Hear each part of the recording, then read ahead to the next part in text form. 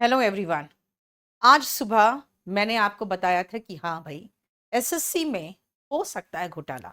ऐसा नहीं है कि एसएससी अछूती है। मैंने आपको एसएससी का पास्ट भी बताया था और मैंने ये भी बताया था कि हमें भी क्यों बाद में चुप होना पड़ा, क्योंकि जब एसएससी में कुछ भी घोटाला चलता है तो एसएससी अपने गिरेबान में नहीं झांक कर वो जो कंप्लेनेंट होते हैं उनके खिलाफ ही पुलिस कंप्लेन और क्राइम ब्रांच में कंप्लेन करने लगती है। तो एसएससी का सीरीज में मैं आगे आज शाम को, इसलिए मैंने कहा था कि मेरे साथ जरूर जुड़ना, क्योंकि बच्चों को सिर्फ यही बताना काफी नहीं होता कि क्या हो रहा है, क्या हो सकता है बल्कि आगे क्या किया जाए इस पे भी बात करनी बहुत जरूरी होती है। मैंने सुबह ही कहा था आपको कि जो आप सीरीज में सिलेक्शन देख रहे हो वो जो हैंडीकैप कैटेगरी में आते हैं वो सारे लोग हैं, और इसीलिए उनका सिलेक्शन में लगातार आपको बहुत सारे रोल नंबर्स एक साथ दिख रहे थे। लेकिन दोपहर में मैं बैठ के यही बात सोच रही थी। मेरे पास भी बहुत सारे ऐसे ही जो लोग होते हैं जो फिजिकली डिसेबल्ड होते हैं, वो लोग कई बार स्क्राइब के लिए रिक्वेस्ट करते हैं। और मैं आपको बता दूं कि मुझे बहुत सहानुभूति है। जो भी फिजिकली डिसेबल्ड होते हैं उनके लिए मेरे दिल में बहुत सहानुभूति है। हम बहुत सारे ब्लाइंड स्टूडेंट्स को फ्री पढ़ाते हैं, ऑफलाइन एंड ऑनलाइन। उनको हम बिल्कुल कंप्लीटली फ्री आज से नहीं, बहुत सालों से, दसों सालों से पढ़ाते आ रहे हैं। तो मेरे दिल में उनके लिए बहुत सहानुभूति है। लेकिन इसके साथ ये भी सच है कि जब मेरे पास स्क्राइब के लिए रिक्वेस्ट आता है तो 10 में से 9 जो स्क्राइब मांगने वाले होते हैं वो ये रिक्वेस्ट करते हैं कि मैम कोई ऐसा स्क्राइब देना जो पहले एसएससी दे चुका हो या जो एसएससी की तैयारी कर रहा हो। और मैं हमेशा यही चीज पूछती हूँ कि भाई, क्वेश्चन तो आपको बनाने हैं, वो तो सिर्फ लिखेगा, लेकिन उनका तात्पर्य यही होता है कि वो हमें हेल्प करते। तो अगर मैंने देखा है कि ये बहुत सारे रोल नंबर्स जो एक साथ सीरियली है और वो सारे फिजिकली डिसेबल लोगों का है, तो मैं ये भी जानना चाहूंगी कि ऐसा क्या है कि पूरे सेंटर्स में जितने भी डिसेबल बैठे हैं उसमें से कुछ एक को छोड़कर बाकी सबका हो जा रहा है क्या ये एक तरह का एक सूचक नहीं है कि भाई जो वहां पर बैठे हुए बच्चे हैं उनकी जगह पे जो स्क्राइब बैठे हैं सारा काम स्क्राइब कर रहे हैं? ये भी बहुत बड़ा मुद्दा है और इस चीज को भी एसएससी को देखने की जरूरत है। हाँ, उन्होंने कुछ नियम तो बनाया है कि अगर आप ग्रेजुएशन का एग्जाम दे रहे हो तो जैसे एसएससी सीजीएल, तो जो पास होना चाहिए, जो आपका स्क्राइब बनेगा वो 12th पास होना चाहिए। लेकिन मेरा मानना है कि जो 12th पास होते हैं वो बच्चे भी आके एग्जाम की तैयारी शुरू कर देते हैं। हमारे यहाँ पे करीबन 50% बच्चे तो ऐसे ही होते हैं जो 18 साल के लगभग के हैं और ग्रेजुएशन कर रहे हैं और तैयारी कर रहे हैं। तो ऐसे बच्चे, ऐसा नहीं है कि वो इस तरह के फिजिकली डिसेबल लोगों को हेल्प नहीं कर सकते हैं। आपको शायद थोड़ा सा महसूस होगा कि मैं थोड़ी रूड हूं, थोड़ी कठोर हूं, लेकिन मैं मानती हूं कि अगर आपके हालात बुरे हैं तो आपको कोई भी मर्डर करने की अनुमति नहीं दे सकता है। अगर आपने गरीबी में, रोटी के अभाव में अगर आपने चोरी की है तो कानून उस चोरी को माफ नहीं करता है। इसीलिए अगर डिसेबल्ड है और स्क्राइब की हेल्प से वो इस चीज में फायदा उठा रहे हैं कि उनका सिलेक्शन हो जाए, तो ये भी हेल्प नहीं करना चाहिए। इस तरह की चीजें अलाउड नहीं होनी चाहिए। ये भी एक मुद्दा है जिसको एसएससी को देखना चाहिए। अब हम चलते हैं कि ये देखा जाए कि क्या किया जा सकता है। जो बच्चे परेशान हैं आज हाई कट ऑफ से, हालांकि एसएससी ने बिल्कुल कोई जवाब, या एसएससी को कोई फर्क नहीं पड़ता है, क्योंकि एसएससी अच्छे से जानती है कि भाई बच्चे हर साल आएंगे, हर साल एग्जाम होगा और हर साल हम 2 3 4 5 मार्क्स बढ़ाते चले जाएंगे और कहते रहेंगे कि भाई कंपटीशन टफ है।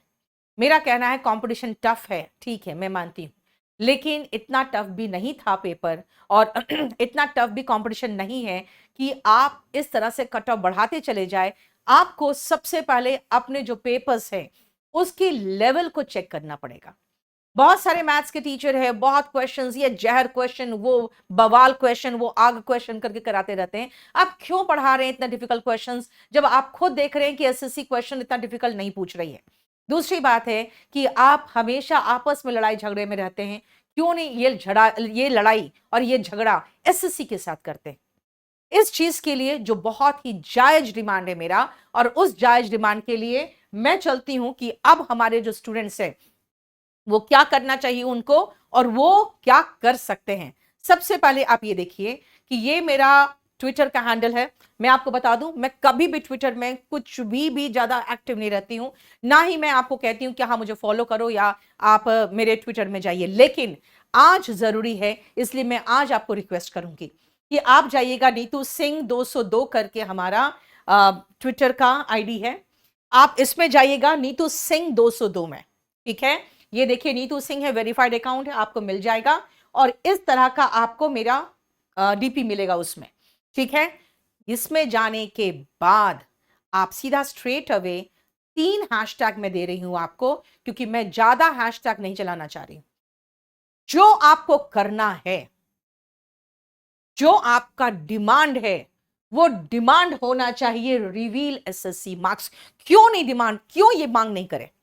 पहले पूरा एसएससी के मार्क्स पीडीएफ में आते थे और उस समय हम लोग दिखाते, देखो हमारे ऑनलाइन में, हमारे ऑफलाइन में, ये बच्चा जब एग्जाम दे रहा है तो अब इसके इतने मार्क्स आ रहे हैं। यहां पे क्या हो गया जो इतने मार्क्स आ गया इसको? अभी तो बहुत सारे ऑनलाइन प्लेटफॉर्म पर ये बच्चे एग्जाम देते हैं जहां से सीधा सीधा उनका मार्क्स निकाला जा सकता है और हम देख सकते हैं कि किसका कितना मार्क्स है। यहां पे हमें 2 बच्चों का भी मार्क्स चेक करना है तो हमारे पास रोल नंबर होने के बाद भी हम कुछ नहीं कर पाए। क्यों? क्योंकि उनके मार्क्स देख ही नहीं सकते हो आप। एसएससी ने ट्रांसपेरेंसी इतनी गंदी कर दी है, इतनी खत्म कर दी है कि अब हमें यह डिमांड करना पड़ रहा है ट्रांसपेरेंसी इन एसएससी, जिसमें एसएससी सिर्फ कैपिटल में होगा, बाकी टी शुरुआत का लेटर कैपिटल में है, बाकी ट्रांसपेरेंसी का स्पेलिंग सही लिखना आप लोग। ट्रांसपेरेंसी इन एसएससी देख लो और आप इसको सबसे पहले आप इसका स्क्रीनशॉट ले लो, क्योंकि यही आपको हैशटैग यूज करना है अभी जाके कहां, ट्विटर पे। तीसरा जो सबसे इंपॉर्टेंट डिमांड मेरा है वो है एसएससी वेटिंग लिस्ट। हर साल आप कहते हैं 15,000 वैकेंसी, 18,000 वैकेंसी, 37,000 वैकेंसी आया था 2022 में। अरे भाई 50% से ऊपर वैकेंसी तो वो बच्चे लेके बैठे हुए हैं जिनका पिछले साल हो चुका। 2022 वाले 2023 में लेके बैठे हुए हैं, 2023 वाले 2024 में लेके बैठे हुए हैं। भाई ऐसे वैकेंसीज का क्या फायदा जिसका कोई फायदा नहीं है, क्योंकि आप 1 साल के बच्चे 3-3 साल की वैकेंसी खा के बैठे रहते हैं। जब आप सब चीज में ट्रांसपेरेंसी मेंटेन करवा पाएंगे तभी कुछ हो पाएगा। हम क्या करते हैं भाई, बच्चों सुनो ना बेटा, आप लोग है ना मत जाओ अपने डॉक्यूमेंट वेरिफिकेशन में। आप अपने छोटे भाई बहनों का सोचो, भाई क्यों नहीं जाएगा डॉक्यूमेंट वेरिफिकेशन में? क्यों नहीं जाएगा बच्चा? ऑफ कोर्स जाएगा, जिसका होगा वो डॉक्यूमेंट वेरिफिकेशन में जाएगा, या बता के जाए या छिपा के जाए, वो जाएगा। हम क्यों बच्चों से डिमांड कर रहे हैं? हम क्यों चाह रहे हैं कि बच्चे डॉक्यूमेंट वेरिफिकेशन में ना जाए? हम तो ये कहेंगे भाई वेटिंग लिस्ट लाओ ना, जो डॉक्यूमेंट वेरिफिकेशन में गए हैं और जिन्होंने फिर अपना पोस्ट खाली छोड़ दिया, उसको भरने के लिए एक वेटिंग लिस्ट होगा जिसके बच्चों को सिलेक्शन दे दिया जाएगा।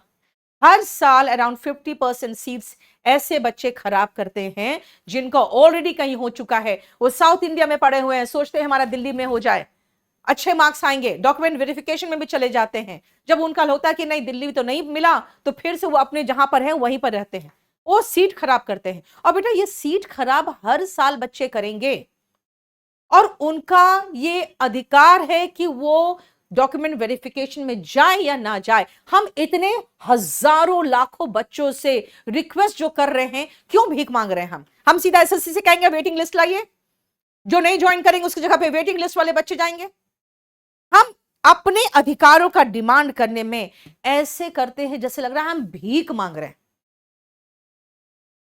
और दूसरी बात है, कुछ टीचर्स का है कि नहीं मार्क्स ठीक है 120 तो अब ऐसे ही ऑर्डिनरी लोग ले आ रहे हैं। आपको एक चीज समझ में नहीं आ रहा है, इन टीचर्स को बता दो, जिस एसएससी की वैकेंसी का खा के आपने गाड़ियां खरीद रखी है, आपने फार्म हाउस खरीद रखे हैं, आपने प्रॉपर्टी बना रखा है, आपको मैं बता दूं पूरा बिहार एसएससी छोड़ के आप बीपीएससी के पीछे लग गया है।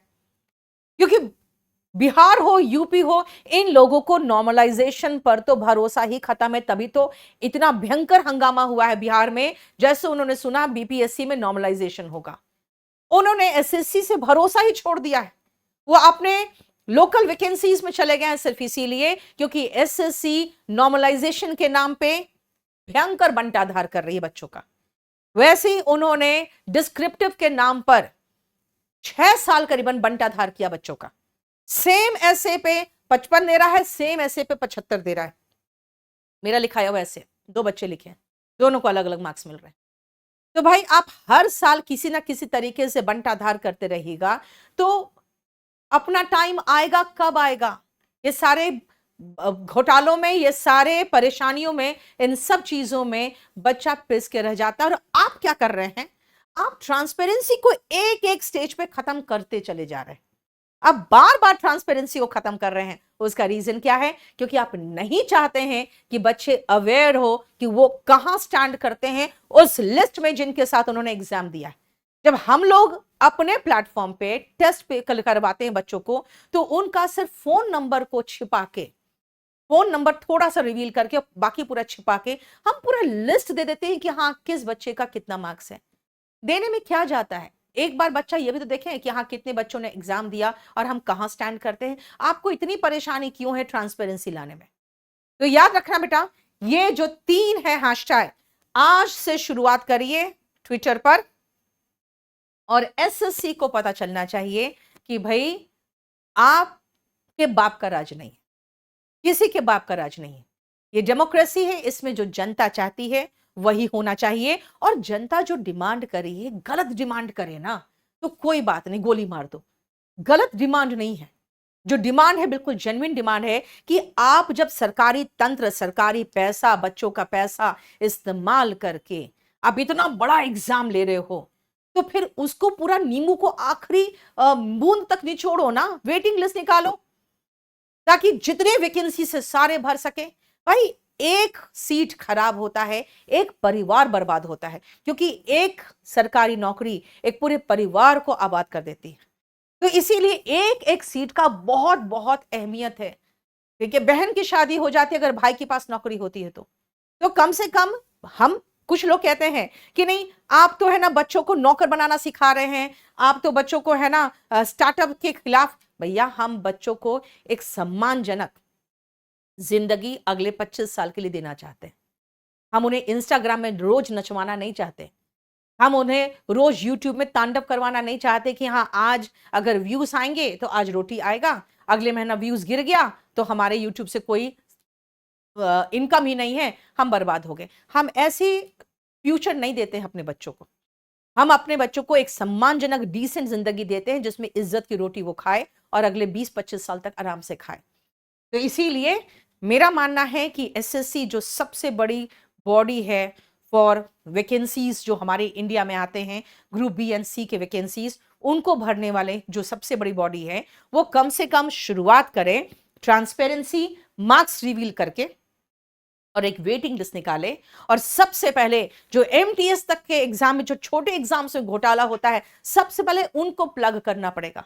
क्योंकि अगर उनको प्लग नहीं कर पाई एसएससी तो फिर ये घोटाला, ये जो सीट्स जो कहते हैं बेचना, ठीक है, और इन पूरा कंप्लीट एक रैकेट जो चलता है, वो एमटीएस तो बहुत छोटी चीज है। भाई एमटीएस के लोग परेशान नहीं होते हैं, लोग अच्छा माल देने को तैयार रहते हैं सीजीएल वैकेंसीज के लिए। तो नीचे से जो करप्शन शुरू होता है ऊपर तक जाता है। इसीलिए सबसे पहले जो एमटीएस में घोटाला हुआ है उस घोटाले को भी उजागर होना चाहिए।